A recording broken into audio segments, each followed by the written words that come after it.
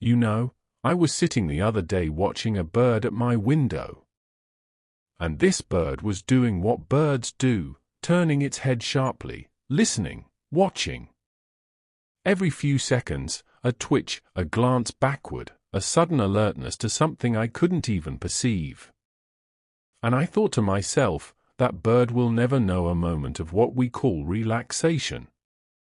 It can't afford to. The moment it stops scanning for danger, it becomes danger's next meal. And then it occurred to me, your mind is that bird. We don't like to think of it that way, do we? We imagine that somewhere deep inside us there ought to be a temple, a quiet room, a still pond where thoughts settle like dust, and everything finally becomes peaceful. We've been told this is possible. We've been sold this idea in 1,000 different packages: meditation, mindfulness courses, spiritual retreats where you sit in silence until your legs go numb and your back aches. All in pursuit of this elusive thing we call inner peace. But here's what no one mentions. Your mind was never designed to give you that. Not because it's broken, not because you're doing something wrong, but because peace was never its function. The mind is a tool for survival. It evolved over millions of years to do one thing exceptionally well: keep you alive. And staying alive requires vigilance. It requires memory. It requires the ability to predict, to calculate, to compare this moment with past moments and future possibilities. The mind is always asking, what could go wrong? What did I forget? What's coming next? That's not a bug. That's the feature.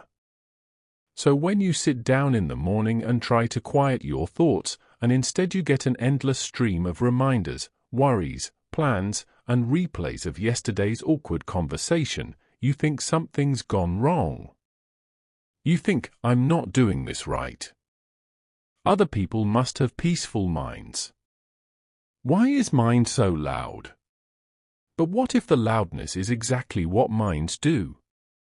What if the chattering, the planning, the worrying, what if that's just the mind performing its evolutionary function? And the real question isn't how do I stop this, but rather why am I asking a drum to be silent? Let me put it another way. Imagine you have a smoke alarm in your house. Now, the smoke alarm has one job: detect danger and make noise. That's what it's for. You don't walk past the smoke alarm every day and think, I wish this thing would give me peace. That would be absurd. The smoke alarm isn't there for your serenity. It's there to scream when something's burning. Your mind is the smoke alarm. And the extraordinary thing, the thing that causes all this confusion, is that the smoke alarm is always on. It doesn't just activate when there's real smoke. It activates when you burn toast, when someone lights a candle, when you're cooking dinner and the steam drifts toward the ceiling. The alarm doesn't distinguish between a 5-alarm fire and a slightly overcooked meal. It just detects particles in the air and responds. Your mind does the same thing. It detects threats. But in today's world, most of the threats aren't real. They're imagined.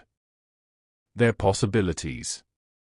They're replays of things that already happened or previews of things that might never occur. But the mind doesn't know the difference. It treats an embarrassing memory from 10 years ago with the same urgency it treats a car swerving into your lane. And so you live in a state of constant alertness. Not because you're anxious, not because you're neurotic, but because the mind is doing exactly what it was built to do. The suffering begins when you mistake this mechanism for you. Think about it. Your ancestors, the ones who survived long enough to pass on their genes to you. They weren't the relaxed ones. They weren't the ones lying in the grass, feeling at peace with the universe while a predator stalked nearby. No, your ancestors were the nervous ones, the vigilant ones, the ones whose minds never stopped scanning, never stopped preparing, never stopped rehearsing worst-case scenarios. That anxious mind kept them alive, and they passed it down to you. So when you feel that restlessness, that inability to simply be, you're not failing at being human. You're succeeding at being the descendant of survivors. The mind's constant motion, that's your inheritance. That's the gift that allowed you to exist at all. But here's where we get confused. We live in a world now where most of those old threats don't exist anymore. There's no lion in the bushes, no rival tribe waiting to attack. Yet, the mind still operates as if there is. It scans your social interactions for signs of rejection. It rehearses conversations that haven't happened yet. It replays mistakes from years ago, searching for what you should have said differently. The mind is still doing its job. But the job has become obsolete, and we wonder why we can't find peace. Now here's where things get interesting. Most people, when they realize their mind is noisy, decide they need to fix it. They think, okay, the mind is too loud. I need to make it quiet. I need discipline. I need a method. I need to do something about this. And so they try. They sit down. They close their eyes. They attempt to force the mind into submission. Be quiet, they command. Stop thinking. Be still. And what happens? The mind gets louder. Because the moment you try to control the mind, you've created an inner war. There's the part of you that's thinking, and now there's another part, the controller, trying to stop the thinking. But here's the twist, that controller is also a thought. Let me say that again because it's the whole game. The voice in your head that says, I need to stop thinking so much, that's a thought. The impulse that says, I must be more present, that's a thought. The impulse that says, I must be more present, that's a thought. The critic that says, I'm doing this wrong, thought. So now you have two problems. You have the original mental noise, and you have the secondary noise of trying to fix the original noise. It's like trying to put out a fire by throwing more fire on it. This is what I mean when I say trying to control the mind strengthens the mind. People spend years, decades in this battle. They read books about mindfulness. They learn breathing techniques. They practice concentration exercises. They go to workshops where someone with a very calm voice tells them to just let go. And they try. They try so hard, but the harder they try, the more exhausted they become, because they're locked in a struggle with themselves. I've watched this happen countless times. Someone comes to me and says, I've been meditating for 5 years and my mind is still noisy. What am I doing wrong? And I say, nothing. The mind is supposed to be noisy. That's what minds do. And they look at me with confusion, sometimes disappointment, because they've been sold a story.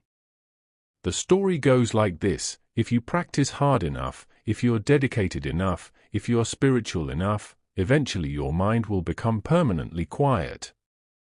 You'll achieve some state of lasting peace where thoughts no longer disturb you.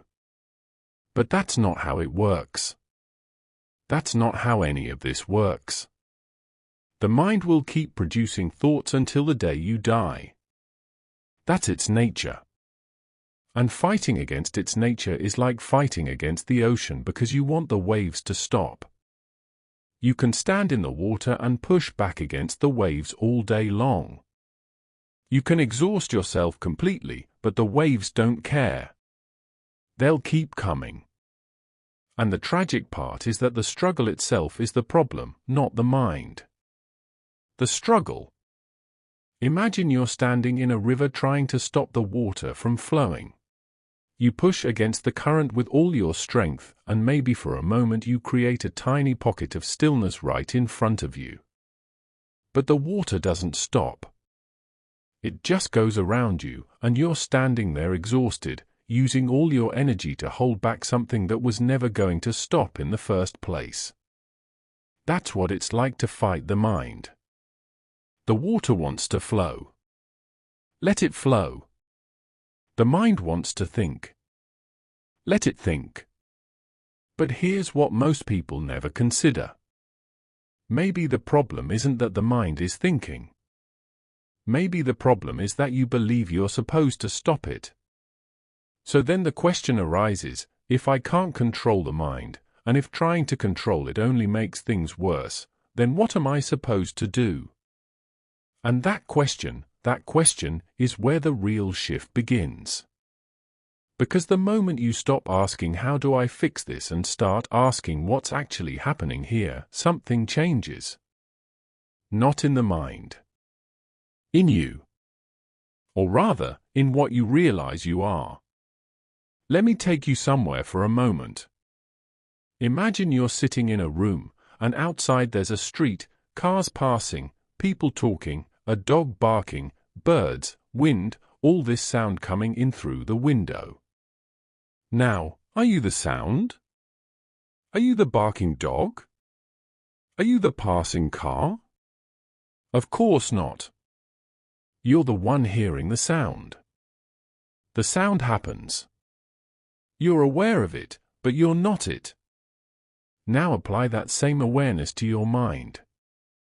Thoughts arise, worries appear, plans form, memories surface. But are you the thought, or are you the space in which the thought appears? This is not a trick. This is not semantics. This is the difference between suffering and freedom. When you believe you are the thinker, you're trapped. Because if you're the thinker, then you're responsible for every thought. You have to manage them, control them, improve them. It's exhausting. It's like being a shepherd trying to herd 1,000 sheep in 1,000 different directions.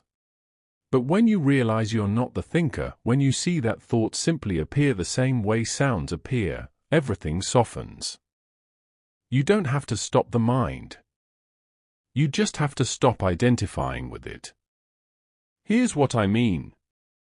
Right now, as you're listening to these words, there's a sensation in your body. Maybe you're back against a chair. Maybe your feet on the floor. You're aware of that sensation, aren't you? But you don't think I am that sensation. You don't identify with it. It's just something you're experiencing. Thoughts are the same. They're just experiences, mental experiences. They come and go like sensations, like sounds, like the weather. But somehow we've learned to treat thoughts differently. We've learned to think we are our thoughts. And that identification is the source of all our psychological suffering. When a thought says you're not good enough and you believe you are that thought, you suffer. When a thought says something terrible might happen and you identify with it, you suffer. But when you see that these are just mental events, passing clouds in an open sky, the suffering dissolves. Not because the thoughts stop, but because you've stopped confusing yourself with them. Now, I know what some of you are thinking. You're thinking, okay, that sounds nice, very poetic, but how do I do that? How do I stop identifying with my thoughts? And there it is again, the same trap, the same question. How do I do it? But you see, the question assumes that you, the thinker, the doer, can perform some action that will result in freedom from the thinker. It's like asking, how do I use my hand to let go of my hand? You can't, because the one who would do the letting go is the one who's holding on. So then what? Are we stuck? Is there no way out? Well, here's the beautiful part. There's no way out because you were never in. Let me explain. Right now, as you're listening to me, thoughts are happening. Maybe you're thinking about what I just said. Maybe you're planning what you'll do after this. Maybe you're wondering if you left the stove on. Whatever the thought is, it's happening, and you're aware of it. But notice something. You didn't decide to have that thought. It just appeared. You didn't sit there and think, okay, now I'm going to think about the stove. The thought about the stove just showed up uninvited, like a cloud drifting across the sky. Thoughts arise on their own. They always have. You've never been in control of them. You've only believed you were. And here's the relief. If you were never in control, then you can't fail at controlling them. The whole project was impossible from the start. It's like someone telling you, you need to control the wind. Just focus really hard and make the wind blow in the direction you want. And you spend years trying. You stand outside with your arms stretched out, concentrating, willing the wind to obey. And sometimes it seems to work, the wind happens to blow the way you wanted, and you think, yes, I'm getting better at this. But then it changes direction, and you feel like a failure. But you were never controlling the wind. The wind does what wind does, and you were just standing there taking credit or blame for something that was never in your power. The mind is the wind, and you've been standing there exhausted, trying to make it blow in a particular direction. So what's left? Just this awareness. The simple, open, effortless recognition that thoughts are happening. Not your thoughts, just thoughts. Mental weather. Patterns of energy moving through consciousness. And when you see it that way, when you stop trying to be the controller and simply rest as the awareness, something extraordinary happens. The mind keeps doing what it does. It keeps thinking, planning, remembering, but it no longer disturbs you. It's like the sound of traffic outside your window. You hear it, but it doesn't invade you. It's just part of the environment. There's an old story I like to tell. A student goes to a Zen master and says, "Master, my mind is constantly disturbed. How can I find peace?" And the master says, "Show me this mind that disturbs you." The student is confused. "What do you mean, show you?" "Bring it here," the master says. "Put it on the table. Let me see this troublesome mind." The student stammers. I can't do that. It's not a physical thing." "Then how do you know it's disturbing you?" the master asks. And the student pauses. He looks inward. He tries to grasp the mind, to locate it, to find the thing that's been bothering him all this time. And he realizes there's nothing to grasp. Thoughts come and go, feelings rise and fall, but there's no solid thing called my mind that can be captured or controlled.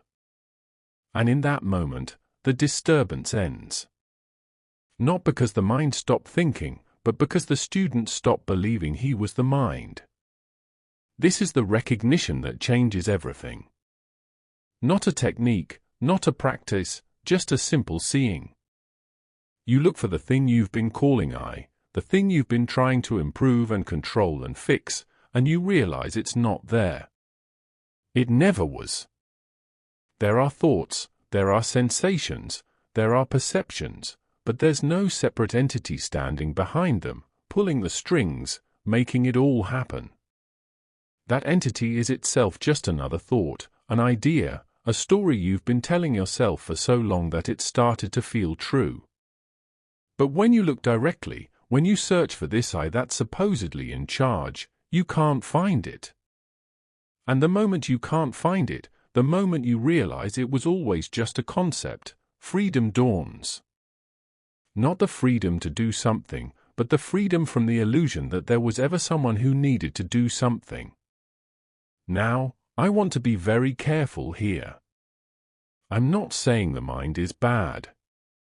I'm not saying thoughts are the enemy. That would be just another version of the same war. The mind is a magnificent instrument.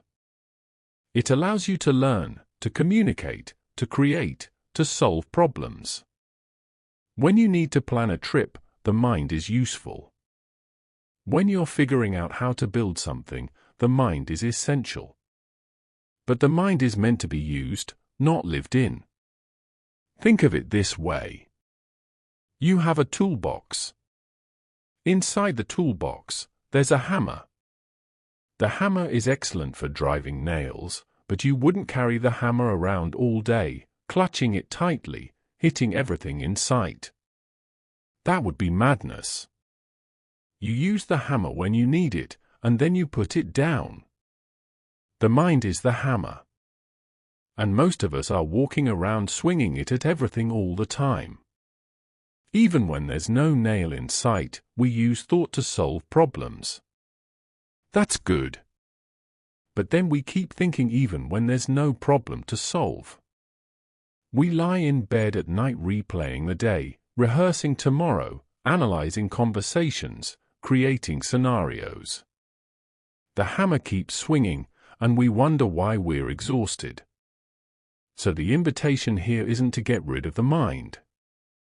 It's to stop being hypnotized by it. To recognize that you are not the voice in your head. You are the awareness that hears the voice. And when that recognition dawns, even for a moment, something shifts. The urgency dissolves. The pressure lifts. You realize you don't have to be anywhere other than here. You don't have to become anyone other than what you already are. Peace isn't something you achieve. It's not a state you arrive at after years of practice. Peace is what's already present when you stop demanding that the mind be something it's not. Here's the paradox, though. You can't try to stop demanding, because trying is just another form of demand. So what do? You do nothing. You simply notice. You watch the mind do its thing, planning, worrying, remembering. And you recognize that all of it is just weather, mental weather. It comes and it goes. And underneath it all, there's a vast, open sky that's never disturbed by the weather. That sky is what you are. Not the thoughts, not the emotions, not the stories about who you've been or who you should become. You are the awareness in which all of that appears. And here's the thing about awareness. It doesn't need improvement. It's not broken.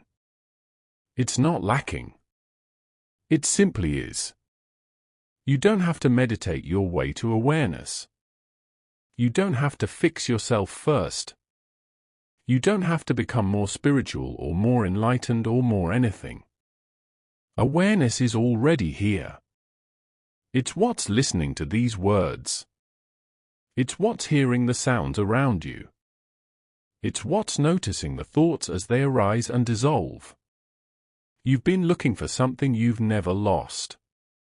It's like searching for your glasses while they're sitting on your head. You look everywhere. You ask people if they've seen them. You retrace your steps. You get frustrated. And all the while, the glasses are right there, resting on your nose, allowing you to see everything you're searching through. Awareness is the glasses. You can't find it because you're already using it to look. You can't achieve it because it's what's here, noticing every attempt to achieve something. This is why all the seeking eventually becomes exhausting, because you're looking for what's already looking. You're trying to become what you already are. There's a beautiful image in Taoist philosophy. They speak of muddy water. When you stir muddy water, it stays muddy. The more you stir, the muddier it gets. But if you simply let the water be, if you stop stirring, the mud settles on its own and the water becomes clear. You don't make the water clear. Clarity is what happens when you stop interfering. The same is true for the mind. Peace isn't something you create. It's what remains when you stop trying to force the mind into silence. This doesn't mean you become passive. It doesn't mean you stop thinking or planning or engaging with life. It just means you stop believing that your worth, your safety, your happiness depends on controlling the mind. You let the mind be what it is, a survival tool, a pattern maker, a story generator, and you rest as the awareness that's never been entangled in any of it. I remember years ago, I used to get so frustrated with my own mind. I would sit to meditate, determined to achieve some state of perfect stillness, and the mind would immediately start narrating. Okay, I'm meditating now. I'm sitting very still. Wait, is my back straight? Yes. Good. Now I'll focus on my breath. In. Out. In. Wait. Did I lock the front door? I think I did. Yes, I definitely did. Okay, back to the breath. And in that listening, there was peace. Not because the thoughts stopped, they didn't, but because I stopped treating them as a problem. I stopped treating them as me. The thoughts were just thoughts, and I was the space in which they appeared. That was the end of the struggle. Not because I won the struggle, but because I realized there was no one to struggle against. You see, we've been asking the wrong question. We've been asking, how do I make my mind peaceful? When the real question is, who is asking? If you look closely, you'll see that the one asking is a thought. The one seeking peace is a mental construct. The I that wants to be better, calmer, more enlightened, that's just another appearance in awareness. And when you see that, the game collapses. There's no one to fix. There's nothing to achieve. There's just this, right now, exactly as it is. The mind thinking, the heart beating, the breath moving, the sounds around you, the sensation of your body, all of it happening effortlessly, without your control. You are not the director of this show. You never were. You're the stage on which the show appears, and the stage is never disturbed by the performance. Think about that for a moment. In a theater, the stage doesn't care what play is being performed. Comedy, tragedy, drama, farce, the stage remains unchanged. Actors come and go. Sets are built and torn down. Emotions rise and fall. But the stage just is. You are that stage. And the mind is the play being performed on you. Sometimes it's a comedy, sometimes it's a tragedy, sometimes it's confusing and doesn't seem to have a plot at all. But you, the awareness, you're never touched by it. You are simply the space in which it all unfolds. So where does that leave us? What are you supposed to do with all of this? Well, nothing. And everything. You don't have to do anything with it. You can simply let it be seen. Let it be known. Let the recognition settle in like that muddy water becoming clear. And as it settles, you might notice something. Life continues. Thoughts continue. Challenges continue. But there's a lightness now, a sense of humor about the whole thing. You see the mind doing its dance, and instead of being swept up in it, you smile. You see the worry, the planning, the stories, and you think, ah, there it is again. The mind doing what minds do. And you let it be, because you've realized something fundamental. The mind was never meant to give you peace. It was meant to keep you alive, and it's doing a fine job of that. But peace, real peace, doesn't come from the mind. It comes from the recognition that you are not the mind. You are the space in which the mind appears. And that space has never been disturbed. Not once. Not ever. It's here now. It's always been here. Quiet, open, unchanging. And when you rest in that space, when you stop trying to fix, control, or improve, you discover something remarkable. Peace was never missing. You were just looking for it in the wrong place. You were looking for it in the future, thinking, I'll be at peace when I finally get my mind under control. But peace isn't in the future. It's here now, in the simple recognition that you are not what you thought you were. You were looking for it in circumstances, thinking, I'll be at peace when my life settles down. But peace doesn't depend on circumstances. It's the awareness that remains regardless of what's happening. You were looking for it in thoughts, trying to think your way to peace.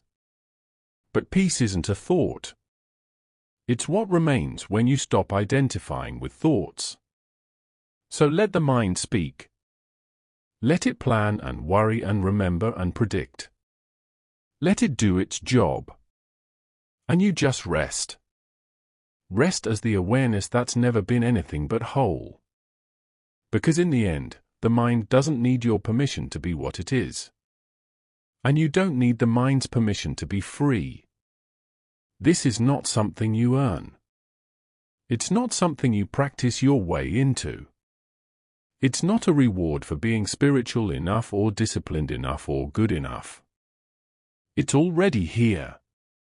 It's what you are right now, in this moment, and in every moment. The mind will keep talking. That's fine. Let it talk.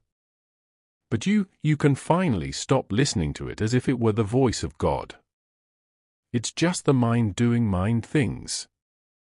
And you are the vast, open, undisturbed awareness in which all of it, the noise, the peace, the thoughts, the silence, appears and disappears like waves on an endless ocean. So rest. Not in the stillness of a silent mind, but in the stillness of recognizing what you've always been. That's peace, not as an achievement, but as a homecoming.